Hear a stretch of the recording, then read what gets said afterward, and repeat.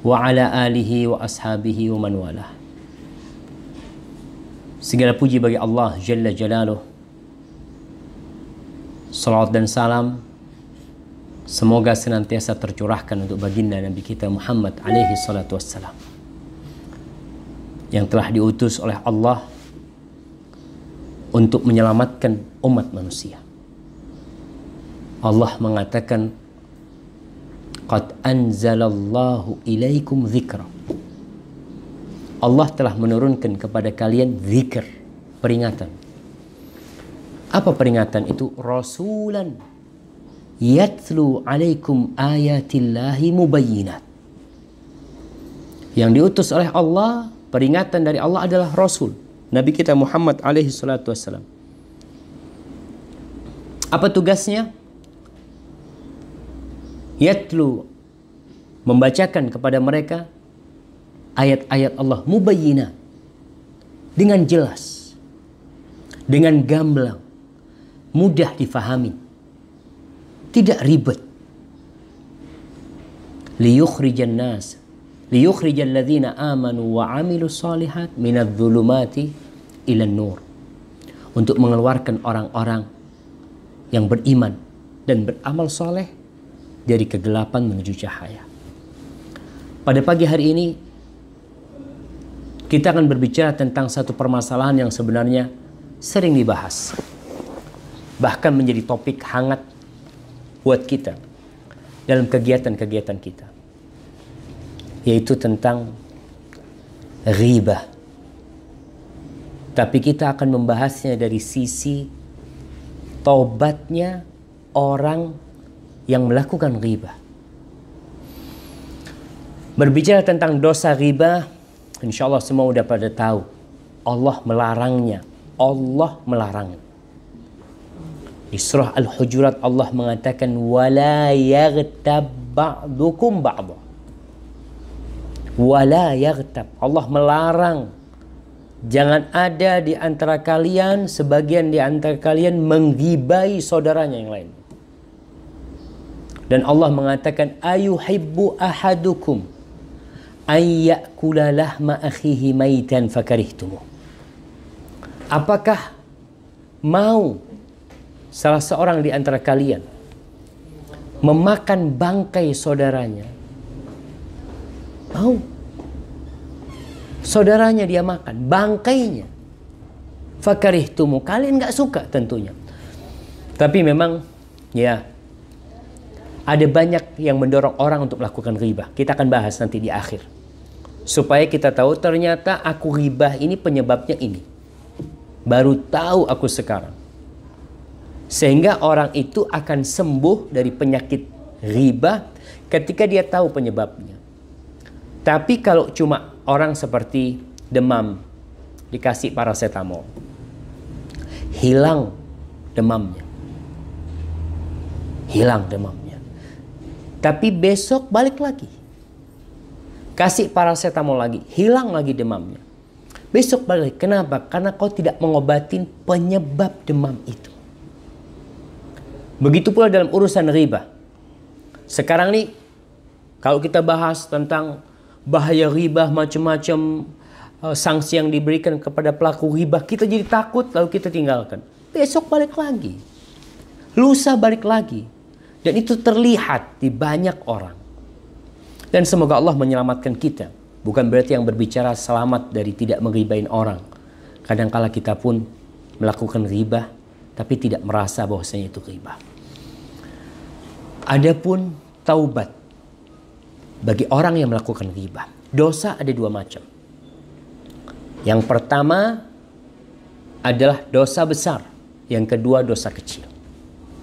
Untuk dosa kecil, seorang hamba dengan amal soleh, dengan musibah yang menimpa dia, dengan sholat dia, dengan zikir dia, insya Allah dosa-dosa kecil itu otomatis dihapuskan sama Allah Subhanahu Wa Taala. Karena Allah udah berjanji, in tajtanibu kaba'ira ma tunhauna anhu nukaffir ankum sayiatikum. Kata Allah, kalau kalian meninggalkan dosa-dosa besar yang kalian dilarang, kalian menghindari dosa-dosa besar, apa yang akan terjadi? Secara otomatis Allah katakan nukaffir ankum sayiatikum. Allah akan hapuskan dosa-dosa kecil kalian. Tapi dosa besar membutuhkan taubat. Dan syarat taubat jelas. Kita tahu semua. Semua udah paham. Karena taubat ini salah satu pintu untuk masuk surga. Tidak ada manusia yang tidak selamat dari dosa. Sehingga kita perlu tahu pintu-pintu taubat agar kita selamat. Dan kita bisa masuk lewat pintu sana menuju surga Allah Subhanahu wa taala. Kullu bani Adam khata', semua anak Adam melakukan dosa, semua kecuali utusan Allah yang Allah jaga. Wa khairul khata'in at-tawwabun. Sebaik-baiknya pelaku dosa adalah mereka yang kembali kepada Allah Subhanahu wa taala. Baik. Berkaitan dengan taubat, apabila hal itu berurusan dengan urusan Allah, selesai. Kita tinggal duduk minta ampun sama Allah. Tapi kalau dosa itu berhubungan dengan kehormatan seseorang, berhubungan dengan hak manusia, maka ada satu langkah berat yang harus kita tempuh, yaitu kita harus minta maaf sama dia. Kita harus minta agar dihalalkan sama dia. Dan para ulama berbicara panjang lebar tentang syarat taubat orang yang ghibah. Apa kafarat orang yang ghibah? Berapa orang yang sudah kita ghibahin? Sebagian orang itu kita udah lupa. Dengan berlalunya waktu, mungkin sudah ada 100 orang yang kita ghibahin. Bayangkan kalau ada 100 orang yang kau ghibahin. Kayaknya amal kebajikanmu gak cukup tuh nanti di hari kiamat dikasihkan kepada mereka. Habis sholatmu, habis pahala puasamu. Iya kalau 100. Kalau 200 orang. Dan sebagian orang Masya Allah di malam hari dia sholat malam. Lelah capek di pagi hari pahalanya diberikan kepada orang lain. Dengan cara dia menghibai. Ana akan bacakan sedikit perkataan Al-Imam An-Nawawi dalam urusan babun kafaratil ghibah wa taubah minha. Bab tentang kafaratnya ghibah. Bagaimana menghapuskan ghibah dan taubat dari ghibah tersebut. Dalam kitabnya Al-Adhkar, beliau mengatakan i'lam anna kulla man irtakaba ma'siyatan lazimahul mubadarah ila taubati minha. Ketahuilah bahwa setiap orang yang melakukan kemaksiatan dia harus bersegera taubat darinya. Harus bersegera. Dan taubat dari hak-hak Allah ada 3 syaratnya. Yang pertama, dia meninggalkan kemaksiatan itu. Yang kedua, dia menyesalin. Dan yang ketiga, berazam untuk tidak mengulangi. Itu yang terjadi.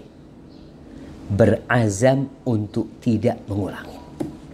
Adapun taubat dari hak manusia, maka ditambah 1 syarat lagi. Syarat keempat. Beliau mengatakan raddudz zalamati ila sahibiha. Au talabu afwihi anha wal ibra' minha. Kalau berkaitan dengan hak manusia, maka dia mengembalikan. Kalau dia mengambil hak orang, dia balikin tuh haknya. Atau kalau dia tidak bisa mengembalikan, apa yang harus dia lakukan? Minta maaf dia. Minta supaya dihalalkan. Kau datang ke sana. Katakan dulu ana pernah mencuri manggamu. Oh iya. Aku minta maaf. Kalau orang enggak, kau harus balikin mangga itu. Ya udah kau beli. Mungkin dulu 5 kilo yang kau curi, kau balikin. Ini mangga dulu yang kau curi. Fayajibu alal mughtab at-taubah bihadzal umur al-arba'. Beliau mengatakan bagi orang yang melakukan ghibah, dia harus melakukan 4 hal ini. Yang pertama, dia harus bersegera bertobat. Sebagian di antara kita nggak pernah tobat dari riba. Karena menurut dia biasa, Ustaz. Atau ada orang yang mengatakan, ana nih tidak berdusta, ana ngomong benar. Ya kalau kau ngomong benar, kejelekan orang itu yang namanya riba. Tapi kalau kau berbohong, itu namanya fitnah. Kau menuduh orang. Sebagian orang mengatakan, aku nih ngomong kayak gini, ada orangnya aku akan berbicara. Aku bukan orang yang bermuka dua. Subhanallah. Itu yang seharusnya kau lakukan. Kau datang ke orang itu, kau kasih nasihat. Kalau kau berkata, aku akan mengatakan hal ini di depan wajah orangnya. Karena kalau di depan wajah orangnya dengan cara yang santun, engkau memberikan nasihat. Tapi kalau kau ngomongin kesalahan dia, di tempat orang itu tidak ada, itu yang namanya riba. Jadi ini nih, yang menjadi sebagian orang melakukan riba jadi biasa buat dia. Padahal dosa besar riba itu. Harus ada taubatnya. Lalu beliau mengatakan, wala budda min istihlali man ightabahu. Dan dia harus minta dihalalkan. Kepada siapa? Kepada orang yang dia ribai. Datang dia. Apakah cukup mengatakan, aku pernah ribain engkau, maafkan aku ya? Atau dia harus menyebutkan, aku pernah ribain engkau tentang ini dan itu. Mana nih yang harus dilakukan? Cukup minta maaf, mengatakan aku maaf, aku pernah ribain engkau, mohon maaf aku. Atau perlu menyebutkan, aku pernah ribain engkau dalam masalah ini. Aku ngomongin kalau kau itu orangnya sombong, orangnya seperti ini itu, aku minta maaf. Al-Imam An-Nawawi mengatakan ada dua pendapat para ulama dari kalangan Syafi'iyah. Yang pertama pendapat mensyaratkan harus kau jelaskan. Kalau dia minta maaf tanpa menjelaskan, nggak sah minta maaf dia. Sebagaimana tidak sah bagi dia minta dimaafkan dari harta yang diambil. Aku mohon maaf, aku mungkin pernah ngambil hartamu, ini itu macam-macam. Itu perlu menjelaskan, harta apa yang pernah kau ambil? Kau pernah korupsi, kau pernah ngambil harta di kantor ini yang mana? Balikin. Kalau sekedar maafkan ya, mungkin aku, ini pendapat yang pertama mengatakan kau harus jelaskan. Pendapat yang kedua tidak disyaratkan untuk menjelaskan apa ribah yang kau lakukan. Tidak disyaratkan. Karena ini termasuk hal-hal yang orang ya saling memaafkan sebenarnya tanpa harus mengetahui apa omongan dia, berbeda dengan harta. Karena kalau harta kan orang kepingin tahu yang kau ambil banyak atau sedikit. Dan Imam Nawawi berpendapat, pendapat yang pertama lebih kuat. Karena kadangkala orang memaafkan satu ribah dan tidak memaafkan ribah lainnya. Kalau kau ribain aku masalah itu, aku nggak maafin. Umpamanya. Maka ini pendapat Imam Ahmad. Terus beliau mengatakan, fa in kana sahibul ghibati maitan aw ghaiban. Bagaimana kalau orang yang diribain sudah mati?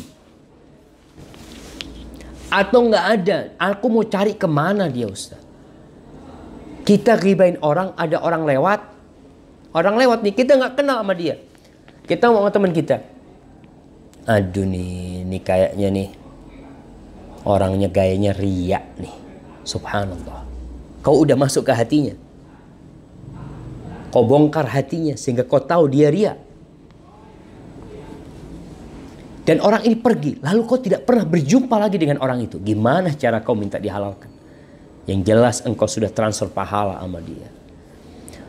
Maka beliau mengatakan, kalau memang tidak bisa, maka dia hendaklah banyak-banyak istighfar untuk orang itu. Mendoakan orang itu dan banyak berbuat kebajikan. Karena yang akan terjadi nantinya adalah barter. Kebaikanmu akan diberikan kepada dia. akan ada persidangan. Yang mencatat itu bukan not tulis di mahkamah. Yang bikin BAP itu bukan penyidik dari kepolisian, tapi malaikat-malaikat yang mencatat semuanya. Nih, kau pernah melakukan itu semua. Fulan nggak tahu kau ribain, nggak tahu. Sampai mati dia nggak tahu. Tapi nanti Allah akan berikan haknya pada hari kiamat. Maka banyak-banyak istighfar buat dia. Kemudian beliau mengatakan, ketahuilah bahwa orang yang diribain dianjurkan untuk memaafkan walaupun tidak wajib. Beliau mengatakan yustahabbu li sahibil ghibah ayyubri'ahu minha. Udah, lebih baik kau maafkan daripada kau simpan dendam di hatimu, apalagi lebih baik kau maafkan. Tapi wala yajibu dzalika alaih. Tapi itu tidak wajib bagi dia. Kalau dia memang memaafkan, ya dia telah melakukan kebaikan. Dan itu sangat dianjurkan untuk memaafkan. Demi apa?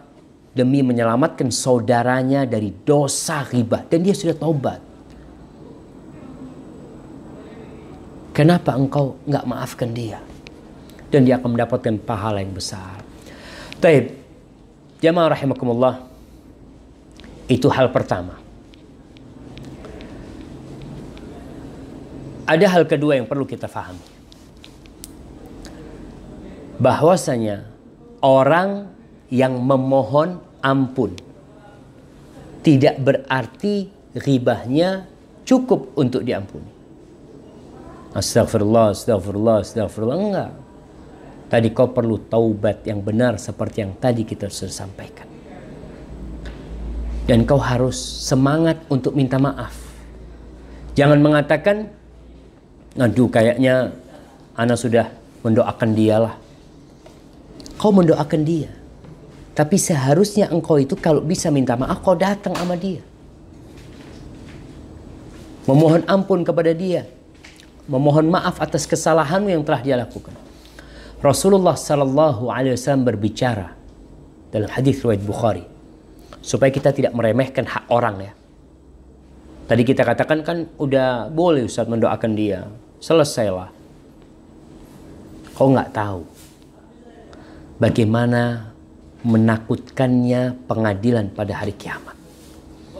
Dalam hadis yang diriwayatkan Imam Bukhari, Rasulullah SAW mengatakan, "Man kanat lahu madlamatun li akhihi min irdihi aw syai'in falyatahallalhu minhu al-yawm." Barang siapa yang punya kezaliman kepada saudaranya dalam urusan kehormatan dia, tadi dengan ghibain, mencela dia, meledek dia, mencemooh dia, atau apa saja, hendaklah dia minta dihalalkan hari ini.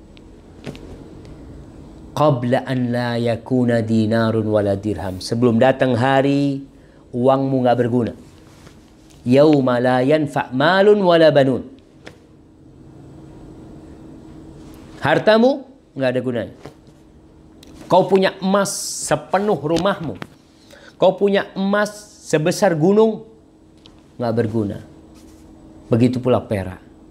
In kana lahu amalun salih ukhidha minhu biqadri madlamatihi. Allah adil. Barang siapa yang datang pada hari kiamat telah mendolimin orang lain dengan ghibah, kita bicarakan sekarang khusus tentang ghibah, maka akan diambil dari amal solehnya. Diambil.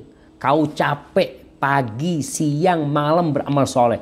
Puasa, kau kehausan, kau kelaparan. Pahala puasamu nanti pada hari kiamat akan diberikan kepada orang-orang yang kau pernah ghibain dia setara dengan nilai ghibahmu. Ukurannya gimana Allah nanti yang mengukur.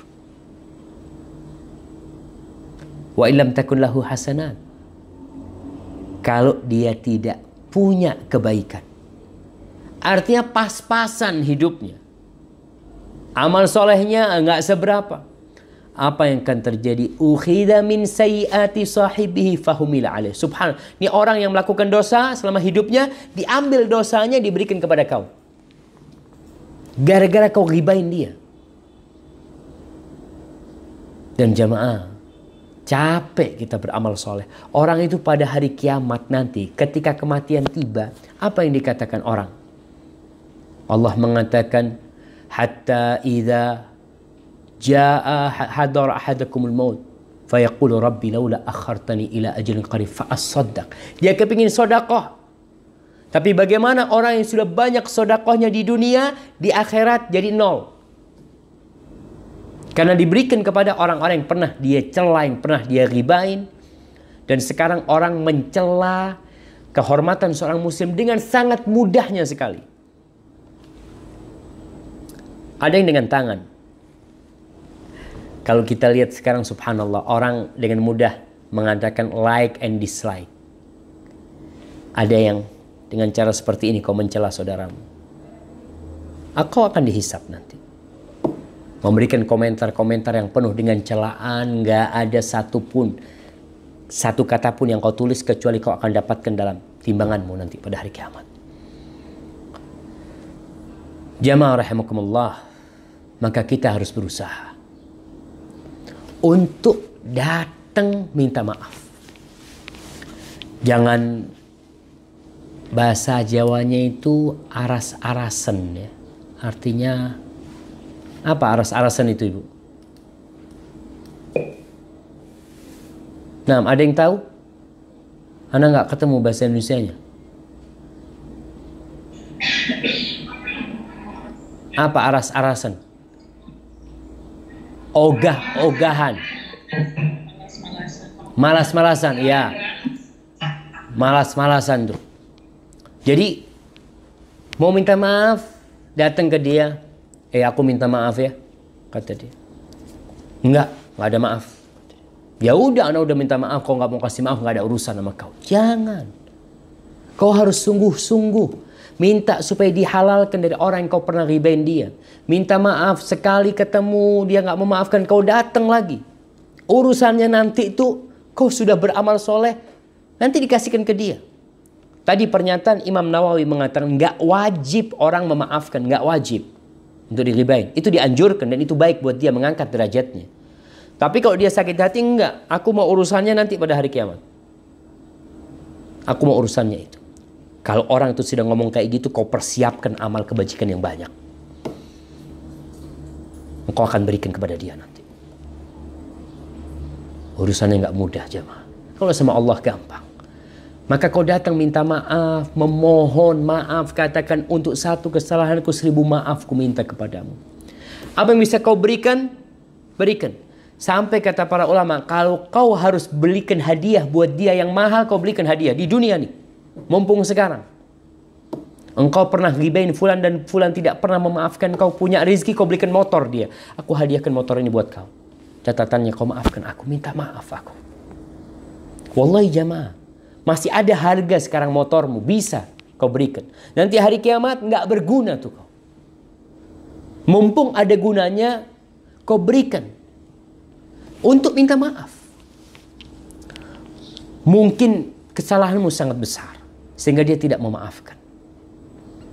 Maka kau punya, kalau dia seorang wanita, kau kirim hadiah, jam tangan, cincin, atau apa, kirimkan fulana.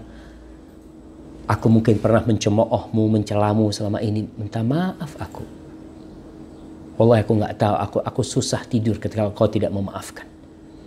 Para ulama menjelaskan ini diperbolehkan, bahkan dianjurkan bagi orang yang kondisinya memang tidak dimaafkan oleh saudaranya. Jamaah rahimakumullah. Memang ada sebagian ulama yang mengatakan cukup memohonkan ampun buat orang itu kalau dia tidak memaafkan. Ya sudah, nanti akan ditimbang sebenarnya doa-doa dan ampunan yang kau pintakan buat dia. Taib. Tadi kita bicarakan dia harus menyebutkan. Artinya menyebutkan pendapat Imam Nawawi, dia pernah ribain dalam satu hal tersendiri. Aku pernah ngomongin engkau dalam masalah ini.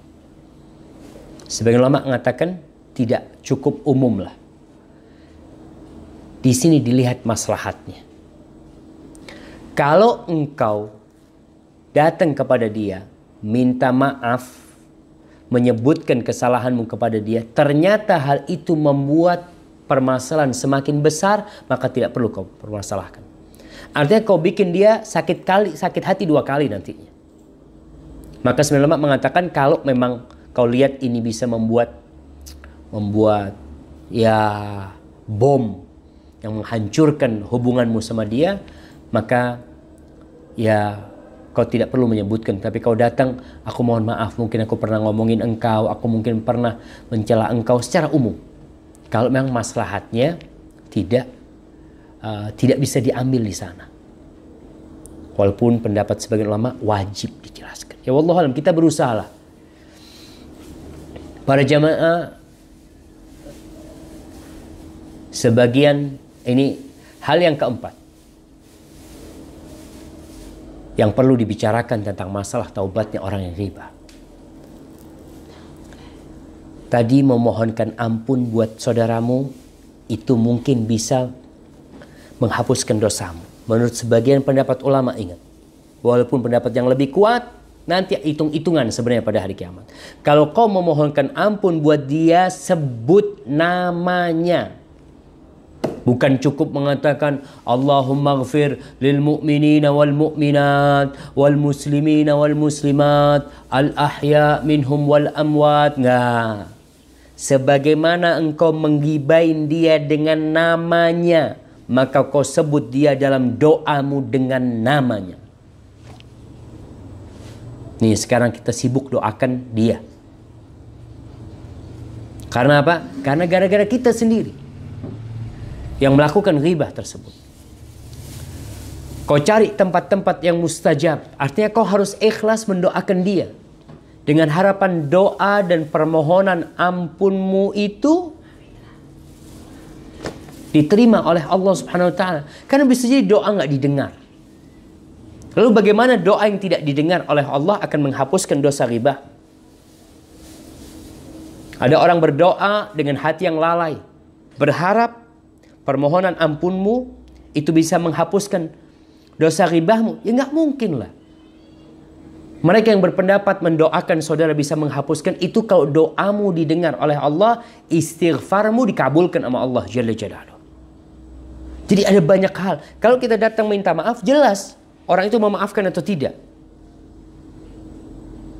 Tapi kalau mohon ampun, maka bersungguh-sungguhlah dalam doamu. Ikhlaskan dalam permohonanmu. Cari tempat-tempat mustajab. Cari waktu-waktu yang mustajab. Doakan dia dengan kebaikan dunia dan akhirat. Jamaah rahimakumullah. Hal yang selanjutnya yang berkaitan dengan taubatnya orang yang riba. Tujuan kau memohon ampun buat dia, mendoakan dia, sejatinya untuk menghapuskan keburukan dengan kebaikan. Tujuannya tadi untuk menghapuskan keburukan dengan kebaikan. Maka kalau bicara ini, ya tidak harus istighfar dan doa aja. Mungkin juga engkau beramal soleh yang pahalanya buat orang yang kau ghibain. Sedekah. Kau punya rezeki, Allah, aku sedekah ya Allah buat fulan yang pernah aku ghibain ya Allah. Atau apa saja. Engkau menggantikan sekarang dosa yang kau lakukan dengan amal soleh itu. Para ulama menjelaskan di sebuah hadis yang disebutkan oleh Imam Muslim dari Abu Sa'id Al-Khudri radhiyallahu taala anhu, anna ahlal jannah idza 'abaru as-sirat waqafu 'ala qantaratin bainal jannati wan nar. Orang-orang nanti ketika melewatin sirat menuju ke surga, mereka nggak langsung masuk surga. Nggak langsung masuk surga. Mereka diberhentikan di sana. Di antara surga dan neraka. Maka di situ diadakan qisas. Ini urusan yang dengan manusia, urusan sama Allah. Kisos yang di padang mahsyar beda lagi, yang di sini beda lagi.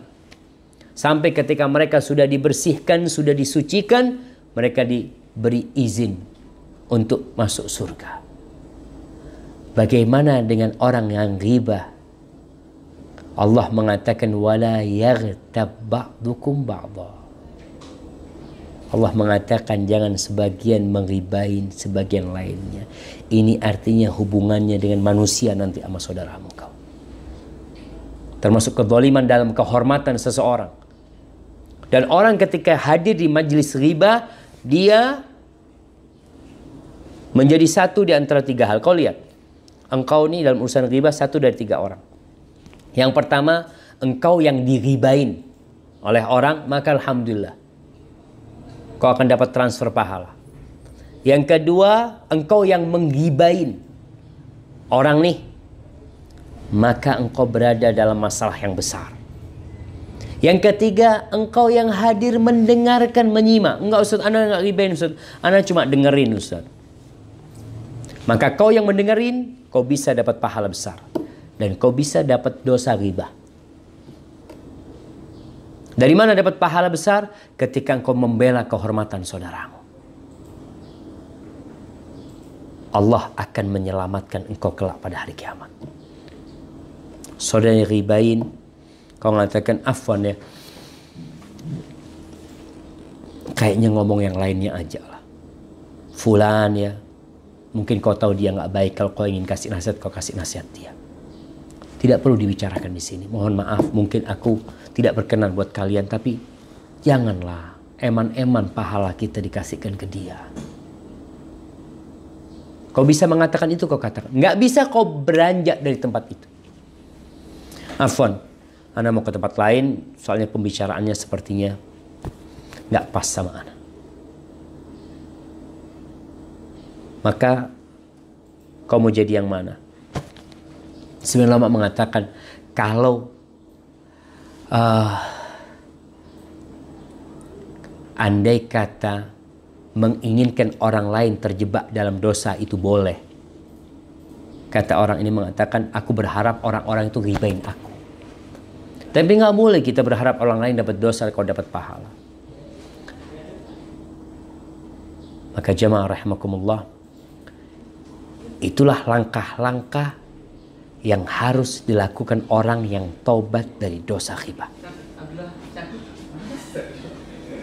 Ketika engkau meremehkannya, maka engkau tidak akan bertobat. Ahibati fillah, sekarang kita sampai udah paham semua bagaimana tobat dari dosa ghibah. Bagaimana kita meninggalkan ghibah. Ini penting. Ya, kalau bicara cara meninggalkan ghibah, yang pertama kau harus tahu ghibah itu apa. Ketika itu kau akan tahu, oh ternyata yang aku ngomongkan adalah ghibah. Ada orang ngomong, aku nih nggak pernah ngomongin orang, aku nggak pernah bermuka dua. Nggak, kau harus tahu ghibah itu menyebut keburukan saudaramu dan dia nggak suka. Itu yang namanya ghibah. Kemudian kau harus tahu bahwa ghibah adalah dosa besar. Selesai ini. Kau tahu aku sekarang sedang melakukan dosa besar. Kau tahu ini ghibah dan aku melakukannya. Sehingga kau sudah tahu. Rasul sallallahu alaihi wasallam ketika Isra Mi'raj, beliau melihat ada orang-orang yang menggaruk-garuk. Masya Allah jamaah. Ini mati lampu, padam listriknya, bentar. Ana barusan sah. Taib, kita tadi bagaimana cara sampai kepada permasalahan bagaimana supaya kita bisa meninggalkan ghibah. Angka pertama, kita harus tahu yang namanya ghibah itu mana. Yang kedua, kita tahu ghibah adalah dosa besar. Nggak main-main nih orang yang melakukan ghibah. Sehingga ketika seorang mau melakukan, dia tahu nih, Ini nggak main-main. Tapi yang ketiga, engkau harus tahu apa sih yang mendorongmu melakukan ghibah. Apa? Ini penting. Tadi anak katakan mengetahui penyebab kita melakukan ghibah akan membuat kita bisa memperbaiki diri. Sehingga kita tidak menghibahin orang. Karena sebabnya itu sudah kita hilangkan dari diri kita. Para ulama menyebutkan bahwasanya yang memotivasi atau yang mendorong orang itu melakukan ghibah ada 8 perkara itu untuk orang awam. 3 khusus untuk orang-orang yang beragama dan berilmu. Kita akan bicara 8 yang buat orang-orang awam yang pertama. Buat kita-kita nih.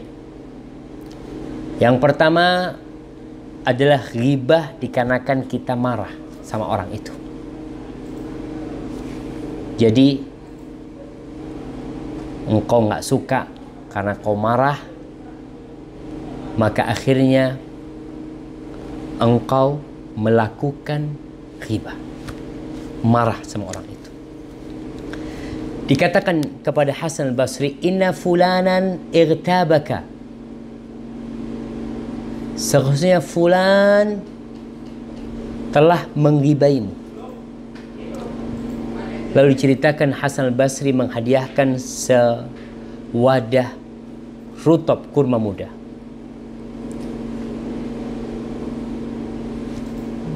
Kemudian ketika kurma itu nyampe kepada orang yang diribain, orang ini bingung.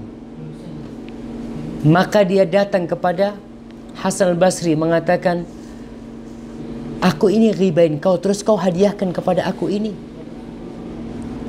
Lalu dia berkata, engkau memberikan hadiah kepadaku kebaikan-kebaikanmu. Aku ingin memberikan balasan kebaikan buat engkau. Abdullah bin Mubarak berkata, andai kata aku menghibai seseorang, lau kuntu mughtaban ahadan, kalau aku nih ghibain orang, laghtabtu walidayya, maka orang yang aku akan ghibain adalah kedua orang tuaku, karena mereka adalah orang yang paling berhak mendapatkan kebaikan-kebaikanku. Masa aku beramal kebajikan lalu aku kasihkan kepada orang lain? Kemudian kalau kau sedang marah kepada seseorang dan kau ingin menyalurkan emosimu dengan cara menghibain dia, maka kau berusaha untuk diam.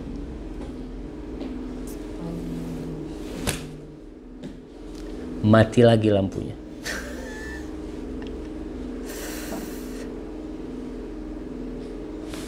Nah,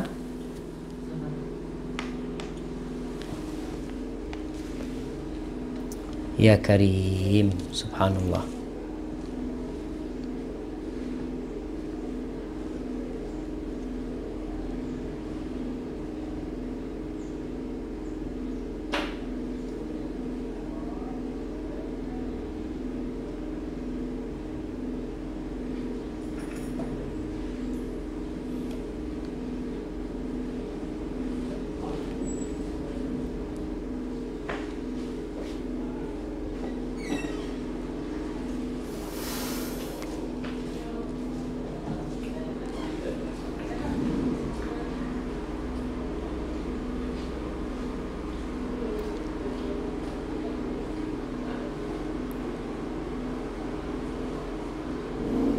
Alhamdulillah hidup lagi.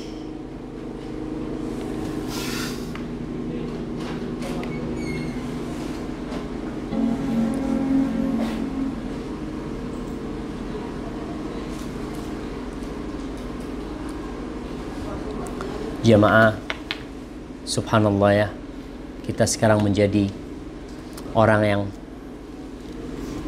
ya hidupnya bersandar kepada banyak hal. Kalau ada yang hilang dari kehidupan kita, kita baru akan merasakan kalau ternyata itu nikmat yang Allah berikan kepada kita. Tapi kalau tidak hilang dari kita, kapan kita akan merasakan kenikmatan listrik nih?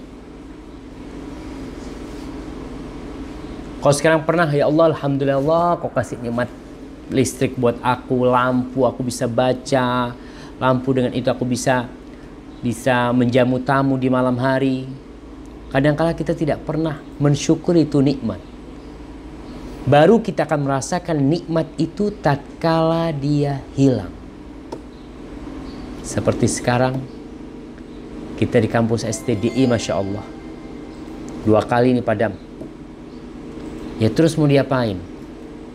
Yang salah siapa? Tapi kelebihannya nih pakai HP nih, karena pakai baterai, jadi masih bisa terus live. Tapi sambil menunggu komputer kita hidup, nanti kita akan lanjutkan bagaimana atau penyebab-penyebab orang awam menggibahin itu apa. Yang pertama tadi kita sampaikan, marah. Rasul sallallahu alaihi wasallam menyuruh kita menahan emosi kita. Dan Allah Jalla Jalaluhu tatkala menyebutkan penghuni surga, salah satu sifat mereka adalah wal kadhiminal ghaidh wal 'afina 'anil nas wallahu yuhibbul muhsinin. Kata Allah Jalla Jalaluhu, penghuni surga adalah orang-orang yang mereka menahan emosi mereka.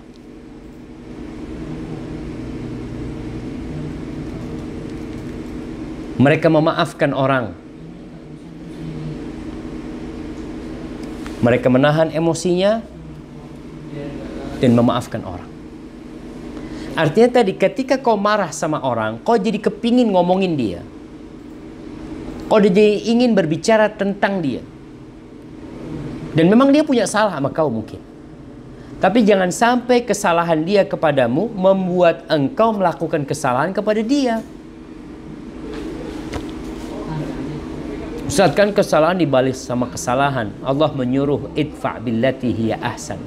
Balaslah dengan yang lebih baik. Jadi kesalahan dibalas dengan yang lebih baik. Itu dengan cara memaafkan dia, sehingga engkau tidak terjebak dalam apa? Terjebak dalam berbagi pahala sama dia. Tunggu bentar, majelis taklimnya.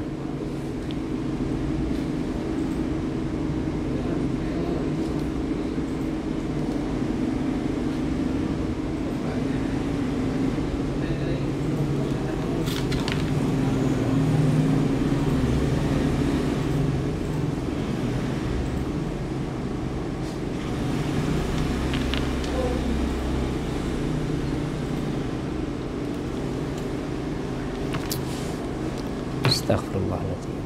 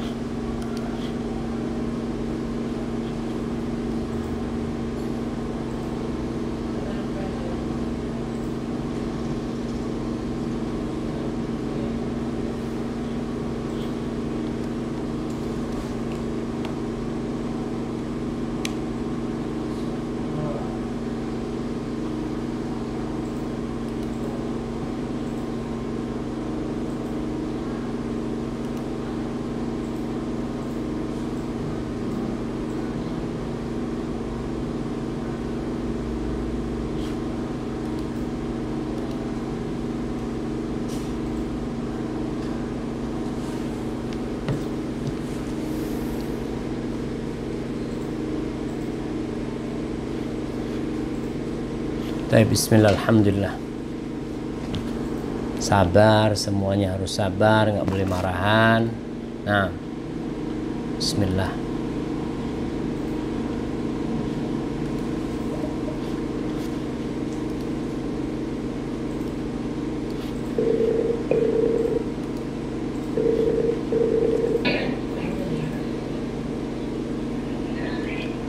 Taib, Assalamualaikum. Jadi afwan banget, ana udah keringetan di sini. Jadi saya jemaah, kita lanjutkan tadi. Penyebab pertama yang mendorong orang melakukan riba adalah karena amarah. Dia marah sama orang, maka dia tahan emosinya. Karena penghuni surga adalah orang-orang yang menahan emosinya. Dan ketika ada seorang sahabat datang menjumpai Nabi SAW, meminta nasihat, apa kata Nabi SAW? La taghdab, kau jangan marah. Artinya amarah itu menarik engkau kepada dosa-dosa yang lain. Salah satunya riba. Kau tuh ngomongin dia karena kau marah. Itu yang terjadi. Kemudian penyebab kedua, sekedar untuk menyenangkan sohib-sohib, untuk menyenangkan teman. Karena teman-temannya, ya, untuk menambah suasana majelis semakin menyenangkan lah. Dan dia berpikir kalau dia mengingkari, itu akan menyebabkan orang-orang kabur, nggak suka sama dia. Subhanallah. Orang yang menyuruh kepada kebaikan di sini. Engkau jangan mau menyenangkan sahib-sahibmu lalu kau membuat Allah murka kepadamu. Engkau takut kepada mereka tapi kau tidak takut kepada Allah. Teman-temanmu tidak akan memberikan manfaat kepadamu pada hari kiamat nantinya. Ketika hubunganmu sama dia, ya Allah, ya Karim.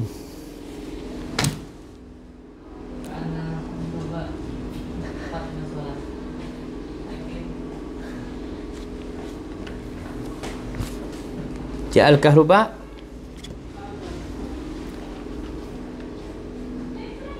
Listriknya padam lagi. Ana tidak bisa berbuat apa-apa.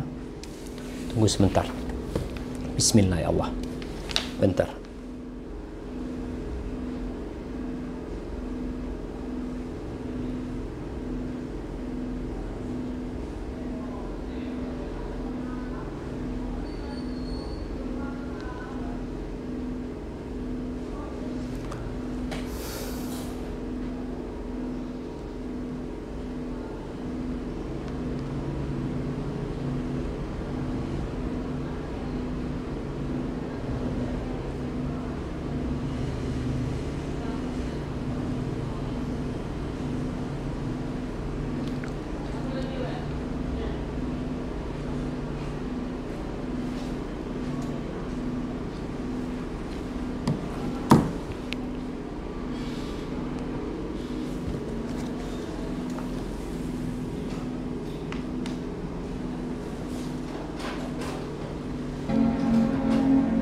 Ya, sekarang hidup lagi listriknya. Jadi yang kedua, tadi kita bahas sambil menunggu.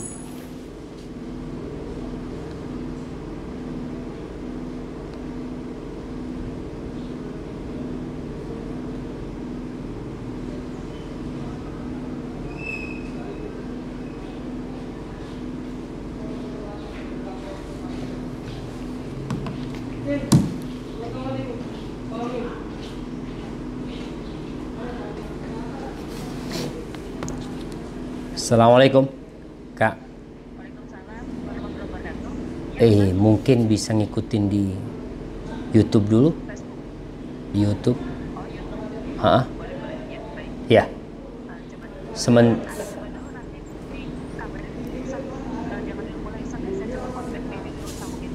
Siap.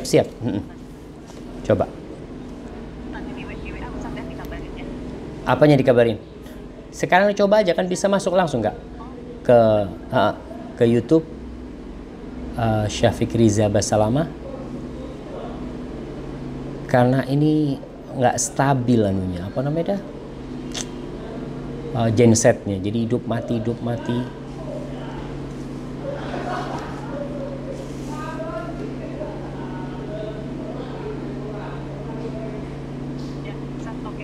Udah? Taib, berarti nanti pertanyaan pakai WhatsApp nggak apa-apa. Taib, barakallahu fikum. Siap. Yo. Assalamualaikum. Nah, kita lanjutkan kajian kita. Jadi yang pertama tadi yang menyebabkan orang melakukan ghibah ada karena amarah. Yang kedua hanya untuk menyenangkan sahib-sahibnya. Ingat seorang hamba apabila mencari keridhaan manusia dengan membuat Allah murka, maka Allah akan bikin semua orang gak suka sama dia. Dan sebaliknya, barang siapa yang mencari keridhaan Allah, walaupun akhirnya orang-orang semua murka kepada dia, Allah akan bikin semua orang suka sama dia. Artinya, engkau ketika mau ghibain atau menyambung omongan fulan hanya untuk menyenangkan sahib-sahibmu, ingat, engkau sejatinya membuat Allah murka. Allah mengatakan, khudhil afwa wa'mur bil urfi wa'arid anil jahilin. Kau ambil yang baik, yang ma'ruf. Kemudian kau jadilah orang yang gampang memaafkan dan berpalinglah dari orang-orang bodoh. Di antara orang-orang bodoh adalah mereka yang memberikan pahala mereka kepada orang lain. Dan antum bisa bayangin ya, pahala orang yang diribain. Kalau A diribain, yang ribain 5 orang, bisa jadi dia masuk surga lebih dulu sebelum kau nanti. Pahala 5 orang dikasihin sama dia. Nanti diribain lagi sama orang lain. Biasanya nyambung tuh. Ada orang-orang yang kerjanya ribain, maka hati-hati. Engkau jangan mau menyenangkan orang, kemudian engkau melakukan ghibah. Yang ketiga, yang membuat orang awam kadang-kala ngomongin orang itu sekedar bersenda gurau. Ya, untuk menghabiskan waktu aja lah. Fulan gimana? Oh, fulan kayak gini, macam-macam. Kadang-kala dia ditambah lagi dengan dusta. Ada yang berusaha untuk ngikutin gayanya. Fulan tuh kayak gini nih jalannya nih. Untuk sekedar bersenda gurau itu pun ghibah. Cari senda gurau, Rasul SAW bergurau, tapi beliau tidak berdusta. Yang keempat, yang mendorong orang untuk melakukan ghibah adalah perasaan lebih baik dari fulan. Dia punya perasaan, dia lebih utama dari fulan, sehingga dia merendahkan fulan. Dan ini banyak jemaah. Ada sebagian orang yang ketika ngobrol, gimana fulan? Aduh lah, oh saya ngomong tentang fulan lah. Semoga Allah mengampuni dia. Omongan dia tuh ghibah. Semoga Allah mengampuni dia, kan merasa dia tuh banyak salahnya. Semoga Allah mengampuni dia. Kadangkala orang tidak merasa itu ghibah. Makanya kita dilarang memiliki sifat kibir, sombong, merendahkan orang lain. Baik, kemudian yang kelima, untuk mencari alasan buat dirinya. Kemudian umpamanya dia menyebutkan di sini sebutkan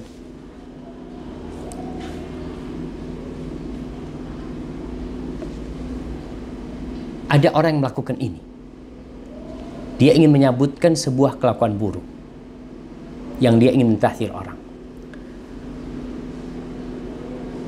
Kadangkala orang ini sebenarnya cukup tidak menyebutkan pelakunya. Dia mengatakan, kau jangan seperti fulan tuh. Kenapa kau harus mengatakan jangan seperti fulan? Bukankah kau bisa, engkau jangan pura-pura baik, engkau jangan bermuka dua. Tapi ini kadangkala dia untuk mewanti-wanti orang-orang dengan mengatakan, kau jangan seperti fulan tuh bermuka dua, aku nggak suka tuh. Nggak perlu kau katakan itu. Cukup engkau mengatakan kau jangan bermuka dua, itu sifat yang tidak baik, tanpa engkau harus mencari contoh, menjadikan fulan contoh buat kau. Apa perlunya kau berikan contoh fulan? Kalau kau mau kasih nasihat, kau datang ke tempat dia. Kemudian penyebab yang keenam, dia pura-pura berbangga diri, ingin mengangkat dirinya dan merendahkan orang lain. Dia mengatakan fulan jahil. Aduh, fulan ini orang bodoh nih, nggak ngerti apa-apa. Pembicaraannya sangat nggak bisa diterima. Ya, ini juga kembali kepada kesombongan. Yang ketujuh yang menyebabkan orang ghibah, hasad. Hasud kau. Kau ngomongin fulan tuh karena kau hasud. Dan ini termasuk orang-orang yang menakutkan orang yang hasud. Kau tidak ridho Allah memberikan nikmat kepada dia. Kau ngomongin dia karena kau hasud. Maka perhatikan orang yang ghibah, kau katakan, kenapa aku ngomongin fulan? Oh, kayaknya hasad aku. Bisa jadi karena hasad kau ngomongin fulan. Dan Rasulullah sallallahu alaihi wasallam mengatakan, wala tahasadu. Kalian jangan hasad. Itu termasuk penyakit yang membahayakan. Beliau mengatakan, dabba ilaikum da'ul umam qablakum. Telah menimpa kalian penyakit-penyakit umat sebelum kalian. Apa? Al-hasadu wal-baghdha. Iri dan dengki. Apa bedanya iri dan dengki? Kalau dengki itu biasanya bersama amarah. Kalau iri nggak harus kau marah sama dia, enggak. Tapi kalau dengki biasanya sama amarah. Itu kebencian telah menimpa kalian. Maka kita perlu menyelamatkan diri kita dari sifat hasad. Kalau Allah memberikan kemuliaan kepada fulan dan kau kepingin sama apa yang Allah berikan kepada fulan, mintanya sama siapa? Mintanya sama Allah yang kasih sama dia. Allah yang kasih sama dia. Maka kau seharusnya minta kepada dia, kepada Sang Pencipta yang memberikan segala-galanya, tanpa engkau harus memiliki sifat hasad kepada saudaramu. Kemudian yang ke-8, penyebab yang ke-8.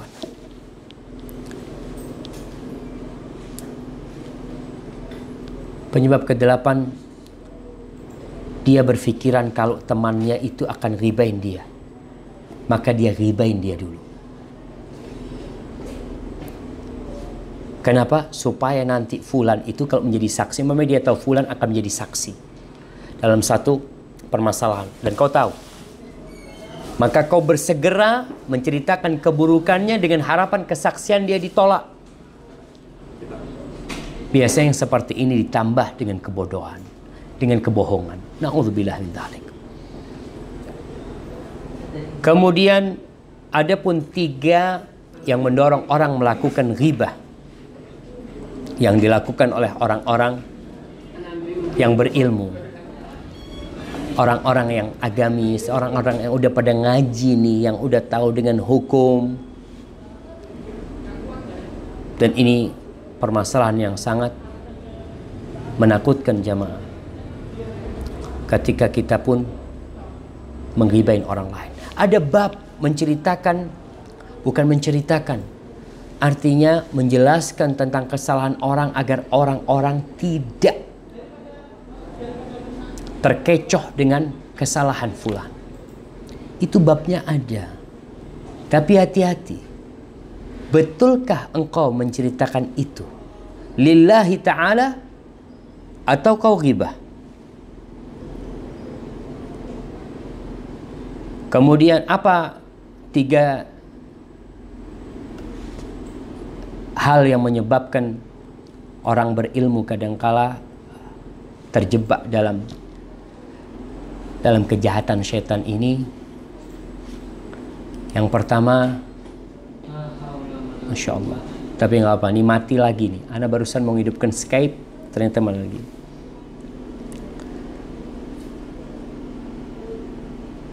Kadangkala orang yang berilmu itu menggibahin karena dorongan agama, yang menyebabkan dia takjub. dengan mengatakan ma'ajab ma ra'aitu min fulan. Dia mengatakan, oh kok aneh si fulan melakukan ini. Kau mengatakan aneh fulan melakukan ini, kau sebutkan namanya. Akhirnya kau gibahin dia tanpa kau sadar. Yang kedua, kalau tadi karena dorongan agama kau takjub. Yang kedua karena kau kesian sama fulan. Dengan aduh fulan miskin, aku kesian sama fulan nih. Aku kesian. Kau betul kesian sama fulan. Tapi akhirnya kau gibahin fulan. Menceritakan keburukannya. Dan itu setan berhasil menyebabmu. Dengan kau mengatakan kesian fulan ini, fulan kau menyebutkan namanya. Fulan punya kesalahan, umpamanya maaf fulan punya akhlak yang buruk ya, kau aduh kesian fulan ini kayaknya nggak belajar adab fulan ini. Aduh. Kau mengatakan kau udah gibahin dia. Dan yang ketiga, engkau ghibah dengan dorongan marah karena Allah Jalla Jalaluhu. Karena fulan melakukan kemungkaran, maka engkau menyebutkan kesalahan-kesalahan fulan dengan dalih engkau ingin membela agama Allah Jalla Jalaluhu. Ya, memang kalau dibutuhkan menyebut namanya kau sebutkan. Kalau dibutuhkan. Dan para ulama menjelaskan, ketika engkau hendak mentahdir fulan umpamanya, mewarning manusia dari kesalahan fulan, dia punya 5 kesalahan umpamanya, cukup dengan menyebutkan 1 orang akan meninggalkan dia, selesai. Kalau memang harus menyebutkan namanya. Tapi kalau tidak perlu menyebutkan namanya, kau tidak perlu sebutkan namanya. Intinya kau hanya ingin mewanti-wanti orang dari ucapan dia. Rasul sallallahu alaihi wasallam kadang-kala naik mimbar, beliau mengatakan, "Ma balu aqwamin, kenapa nih ada orang-orang mengatakan ini dan itu?" Ucapannya yang disebutkan. Kalau memang itu cukup. Jadi bab ini jamaah perlu dipelajarin dengan detail agar kita tidak membela agama, niatnya belain agama, ternyata ditunggangin sama syaitan. Barakallahu fiik ya. Mungkin itu yang bisa kita kaji pada kesempatan kali ini berkaitan dengan bagaimana taubatnya orang yang melakukan ghibah dan apa saja yang mendorong orang sebenarnya akhirnya dia menghibahin orang lain. Bagaimana orang yang berilmu kadangkala dia takjub dengan seseorang, heran sama orang, lalu menyebutkan namanya, atau dia kesian sama fulan, dia sebutkan namanya, atau dia marah karena Allah Subhanahu wa taala dan disebutkan namanya padahal tidak perlu. Kalau perlu disebutkan, disebutkan. Kalau perlu. Dan ini antara kau sama Allah, nanti kau akan dihisab. Para ulama menjelaskan tuh, para muhaddithin, orang-orang ahli hadis yang mereka menceritakan tentang kelemahan seorang perawi hadis, dia berada di bab yang sangat baik sekali. Tapi sekali tergelincir, salah niat, kau akan masuk ghibah yang dilarang dalam agama. Tapi barakallahu fiik, kita masuk ke sesi tanya jawab. Tafadhal. Kalau ada pertanyaan, bentar.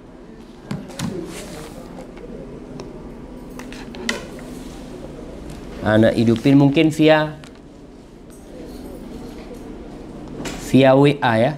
Ana akan kerasin suaranya. Bentar. Bismillahirrahmanirrahim.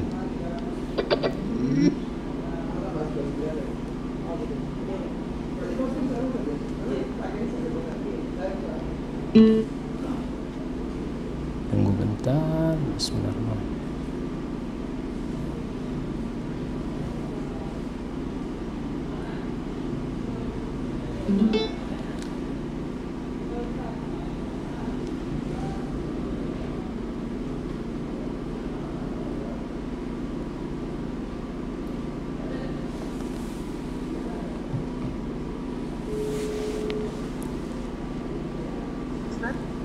Iya. Mau dibacakan atau difoto? Dibacakan aja. Pertanyaannya. Silakan. Assalamualaikum warahmatullahi wabarakatuh. Waalaikumsalam warahmatullahi wabarakatuh. Ustadz, bagaimana sikap kita apabila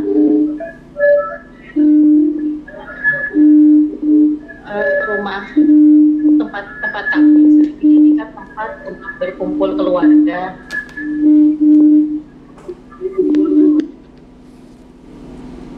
Iya.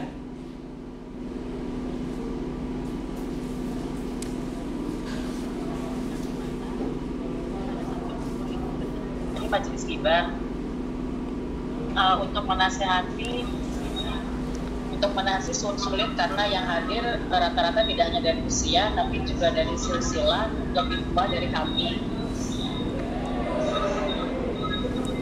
Untuk meninggalkan majelis pun sulit Ustaz karena adanya di rumah kami kan kami harus melayani tamu. Nah, bagaimana sebaiknya Ustaz? Siap. Ini ada pertanyaan yang menarik ya, tentang bagaimana orang yang rumahnya menjadi tempat kumpul keluarga kumpulnya di sana. Biasanya yang dibicarakan adalah ghibah. Kita mau ngasih tahu mereka lebih tua, mereka lebih sepuh ya, sehingga susah. Bagaimana caranya? Ya caranya bikin kajian. Datangkan ustadz. Masalah ghibah ini semua sepakat nggak boleh. Datangkan seorang ustadz. Sekali-kali nih katakan kepada mereka, bagaimana nih kita dengarkan umpamanya seorang ustadz berceramah tentang adab bermajelis supaya majelisnya bermanfaat, ini itu, pelan-pelan. Kalau enggak, perorangan. Artinya kita datang kepada orang yang tertua di antara mereka, kita mengadu. Tidak mengadukan dia, tapi mengadukan bang, atau kalau kakak paling tua katakan, ini gimana ya kondisinya, kita takut kita dapat azab dari Allah Subhanahu wa taala. Ya dia ceritakan tentang masalah ghibah ini dengan cara yang baik. Ya mudah-mudahan dia mau menerima. Dia minta mungkin abang bisa kasih nasihatlah kepada mereka ketika mereka nanti duduk, kita mulai pembicaraan dengan sebuah nasihat. Karena kadangkala orang itu ghibah disebabkan nggak ada bahan yang dibicarakan. Dia tadi sekedar bukan karena hasad, enggak. Bukan karena marah sama sekali, sekedar ngisi majelis. Itu penyebabnya orang awam kadangkala. Mengisi waktu untuk ngomongin orang. Barakallahu fikum. Taib. Pertanyaan yang selanjutnya, Masya Allah, anak akan baca. Bismillah. Masya Allah. Ini muter-muter jamaah. Ya. Assalamualaikum warahmatullahi wabarakatuh. Bagaimana cara menghadapi penggibah yang sudah menjadi karakternya? Sudah diingatkan tapi masih aja seperti itu. Akhirnya jadi gak mau bersahabat. Iya jamaah, tadi Ana sampaikan ada orang yang melakukan riba, dia itu merasa gak masalah. Dia merasa, apa sih salahnya riba? Penyebabnya apa? Penyebabnya karena dia kurang ilmu. Dan kalau bicara karakter seseorang, orang itu karakternya bisa dirubah. Rasulullah SAW diutus untuk menyempurnakan akhlak-akhlak yang mulia. Berarti dia bisa dirubah. Cuma bagaimana caranya? Kau cari cara. Mungkin orang ini nggak mau dengar dari aku. Mungkin dia tidak tahu tentang bahaya riba. Orang kan taunya aja, jangan ngerumpi udah, jangan ngomongin orang. Tapi dia tidak kebayang seperti apa besarnya dosa riba. Sehingga tadi dia tidak pernah bertobat. Jangan bicara merubah karakternya. Tobat aja tidak pernah terpikir di diri dia. Karena sebagian merasa itu bukan dosa. Maka tugas kita adalah bagaimana kita menyampaikan tentang ghibah secara utuh dengan dia. Tidak sedikit-sedikit. Sebenarnya sih cukup. Kalau kita bicara firman Allah, wala yaghtab ba'dukum ba'dha ayuhibbu ahadukum ayyakula lahma akhihi maitan. Mungkin salah satu cara tuh kalau majelis keluarga bikin pamflet. seakan-akan hiasan dinding tentang ghibah. Tapi sama artinya, tujuannya bukan menghiasi dinding, tapi tujuannya artinya di bawah. Tulis tuh. Jadi orang yang datang di majelis itu ngelihat itu terus dia. Aduh, mau ghibahin kelihatan tulisan itu. Penggibah akan akan menggaruk-garuk, mencakar-cakar dirinya kelak. Penggibah mentransfer pahala. Sebut, mungkin yang seperti itu bisa membuat orang itu berubah, insya Allah. Yaitu harapan. Kita tetap harus berusaha. Baik. Pertanyaan selanjutnya. Bentar. Assalamualaikum warahmatullahi wabarakatuh. Pak Ustadz, waktu muda kita kecewa dengan beberapa orang. Oleh karena itu, kita bicarakan orang-orang itu. Bagaimana solusinya? Sedang orang-orang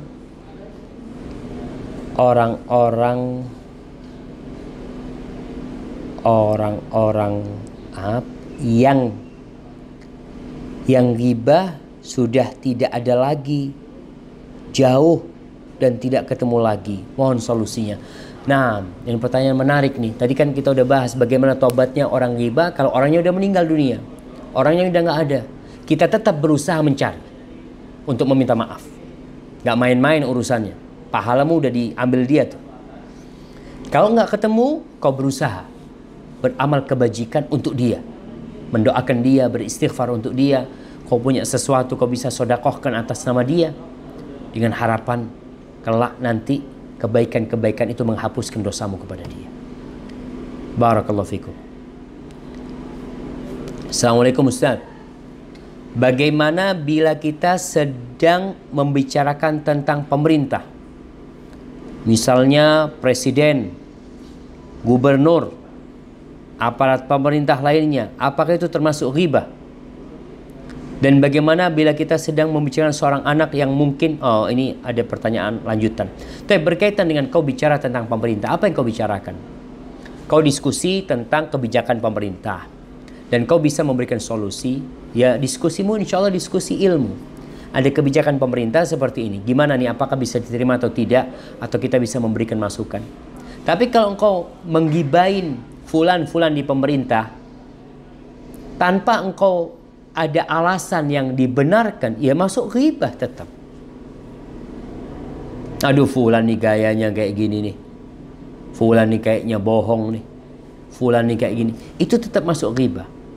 Tapi kalau engkau membicarakan kebijakan pemerintah, duduk bersama, membahas bagaimana solusinya, lalu setelah itu bisa menyampaikan solusi itu kepada pemerintah, karena pemerintah minta masukan-masukan dari rakyat. Kita memberikan masukan kepada pemerintah dengan cara yang baik, dan tidak dengan cara menggibah-gibahin. Baik, pertanyaan selanjutnya. Dan bagaimana bila kita sedang membicarakan seorang anak yang mungkin sedang bermasalah dengan anak lain? Apakah itu ghibah? Karena biasanya menyebutkan nama anak tersebut supaya kita orang tua dapat hati-hati dan memperingatkan anak kita. Baik, ghibah yang diperbolehkan udah pernah kita bahas. Ada 6 yang diperbolehkan.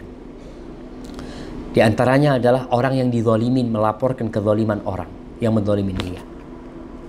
Atau orang yang hendak memberitahu tentang fulan. Fulan yang mana sih? Fulan tuh afwan yang di pipinya ada bekas jahitan. Umpamanya. Fulan yang mana? Fulan tuh yang pincang. Bukan dia hendak menjelekkan fulan. Tidak. Karena fulan dikasih tahu nggak faham-faham mana fulan. Atau tujuannya muhadziri, mewanti-wanti, hati-hati. Fulan nih, ini narkoba nih. Kita tujuannya berbicara itu bukan membicarakan kejelekannya, tapi memperingatkan orang-orang supaya anaknya tidak berkumpul dengan fulan. Itu termasuk yang diperbolehkan. Ketika tujuannya tadi mewanti-wanti, bukan menceritakan keburukannya, sekedar untuk ya menyenangkan hati, bukan. Itu diperbolehkan. Baik, kemudian pertanyaan selanjutnya, Ustaz, bolehkah kita membicarakan kesalahan orang lain dengan keluarga sendiri, suami, ipar, adik, dan lain-lain, dengan tujuan supaya kita mengambil pelajaran dari kesalahan tersebut. Mohon penjelasannya Ustaz. Kalau berbicara kesalahan orang, ini kan seakan-akan kita mau ngambil pelajaran dari kesalahan fulan. Kalau tujuanmu mengambil pelajaran, maka kau tidak perlu menyebutkan namanya. Kau sebutkan ada fulan nih, kayak gini, kayak gini, kayak gini, sehingga keluarga nggak ada yang tahu. Karena tujuanmu bukan fulan, tujuanmu pelajaran yang terserap dari peristiwa itu. Ada fulan datang, istri mengatakan, bang, kau tahu dengan fulana? Allah, fulana nih bang, gara-gara suka main HP, suka WhatsApp dengan macam-macam, akhirnya dia diceraikan sama istrinya. Seharusnya kan pelajaran itu buat kau. Kau tidak perlu menyebutkan nama fulana. Kau sebutkan dengan inisial ya. Boleh, nggak ada masalah. Yang penting orang-orang tidak tahu siapa yang dimaksud dengan hal itu. Ustaz, bagaimana jika rasa kesal, rasa benci kepada seseorang itu hanya ada di hati, tidak diucapkan di lisan, hanya dongkol aja, belum sampai dikeluarkan dengan kata-kata? Apakah itu berdosa dan termasuk suudzon, Ustaz? Nah, berkaitan dengan kebencian, kau lihat kebencianmu kepada seseorang karena Allah atau karena dirimu sendiri. Kemudian setelah itu, apakah kebencian yang kau simpan di dalam dadamu ada manfaatnya buat kau? Kalau nggak ada manfaatnya, kau seperti apa? Engkau seperti menyimpan sesuatu yang busuk dalam hati. Kalau kau marah fulan melakukan dosa, kesalahan kepadamu, dan kau akan tuntut pada hari kiamat, itu boleh. Tapi kan lebih baik engkau memaafkan dia, tidak menyimpan kedongkolan dalam hatimu, sehingga akan membuat hidupmu semakin susah akhirnya. Tapi memang kau tidak dosa. Tapi hati-hati, kalau kebencian yang bukan karena alasan yang benar akan menyebabkan engkau jadi hasad, iri, dengki. Kadang-kadang kau tidak pernah gibain orang, tapi kalau ada orang yang gibain tuh manusia yang kau benci, kau suka, ya kau dengan diam aja kau akan dapatkan dosa juga akhirnya dengan seperti itu. Bagaimana hukumnya jika kita membicarakan orang karena bercanda dan faktanya orang tersebut seperti itu dan kita membicarakannya di depan orangnya? Apakah termasuk ghibah? Tapi kalau berbicara di depan orangnya bukan ghibah, itu jadi nasihat buat dia kalau keburukannya. Tapi kalau ternyata kita bicara di depan orangnya dan ada orang lain, akhirnya dia merasa dilecehkan, bukan kau ngasih nasihat, maka kau dosa karena melecehkan dia di depan orang banyak. Tujuanmu memberikan nasihat. Kalau tujuanmu bergurau dan dia nggak ada masalah, insya Allah nggak ada masalah selama dia tidak mempermasalahkan hal itu. Tapi nasihat Nabi Daud kepada putranya Sulaiman, dia mengatakan, Iyaka wal jidal, wa kathratul mizan, dan bergurau. Di antara dia mewasiatkan anaknya untuk tidak berjidal dan nasihat juga untuk tidak bergurau. Ana lupa nih nasihat yang disampaikan, tapi intinya gurau yang berlebih-lebihan kadangkala nanti akan menyebabkan persahabatan jadi pecah. Gara-gara apa? Gara-gara gurau yang berlebihan. Barakallahu fikum. Jadi seperti itu, kalau di depan orangnya kau lihat, kalau kau ingin memberikan nasihat, maka jangan di depan orang banyak, sehingga dia merasa dilecehkan. Kalau kau mau bergurau dan dia merasa nggak ada masalah pergurauan seperti itu, ya hati-hati, jangan berlebih-lebihan. Ini pertanyaan terakhir. Bagaimana jika suami kita suka membicarakan tentang teman-temannya? Kita sudah menasehati bahwa itu ghibah, tapi dia bilang dengan siapa lagi dia curhat kalau tidak dengan istri. Jadi bagaimana sebaiknya sikap istri? Meninggalkannya jika dia sedang bicara atau menutup kuping, atau tidak mendengarkannya, mengalihkan pendengarannya dengan membaca WA atau atau yang lainnya. Masya Allah. Nah, kira-kira suaminya gimana kalau ditinggal baca WA? Dia lagi bicara, kau lagi baca WA. Katakan kepada suami, bang, kalau kau mau menceritakan teman-temanmu, jangan sebut nama mereka. Ada fulan kayak gini, ada fulan kayak gini. Oh, udahlah, kau nggak tahu dan suami juga tidak memberitahu. Dan berkaitan dengan curhat jemaah, curhatlah yang bermanfaat. Tadi kalau curhatan itu ada manfaatnya, kau curhat tanpa menyebut nama. Dan istri bisa ngomong, bang, kalau kau mau menceritakan macam-macam, kau nggak perlu sebut nama. Tapi kadang-kadang nggak nyebut nama, tapi kita tahu nih yang maksudnya dia, ya sama aja. Maka sikap seorang istri, sikap yang bijak. Ketika dia mau curhat, maka sang istri curhat dulu. Bang, kau kan udah sering curhat, bang, aku mau curhat juga nih. Maka paling tidak curhatnya dia memberikan pelajaran buat suaminya. Jamaah Rasulullah, cukup sampai di sini. Semoga bermanfaat buat kita. Mohon maaf tadi terputus-putus. Tapi harapannya kita nih tidak gampang-gampang melakukan ghibah. Yang sudah berghibah segera bertobat. Dan tobatnya orang ghibah kita sudah bahas. Salah satunya kau harus cari tuh orang. Kau harus minta maaf sama tuh orang. Kalau tidak, ya kau akan merugi pada hari kiamat, bangkrut. Ternyata pahalamu kau berikan kepada orang yang kau benci. Dan orang yang kau benci masuk surga, sedangkan engkau kehabisan pahala masuk ke neraka. Sampai berjumpa kembali. Semoga senantiasa dalam lindungan ilahi. Assalamualaikum warahmatullahi wabarakatuh.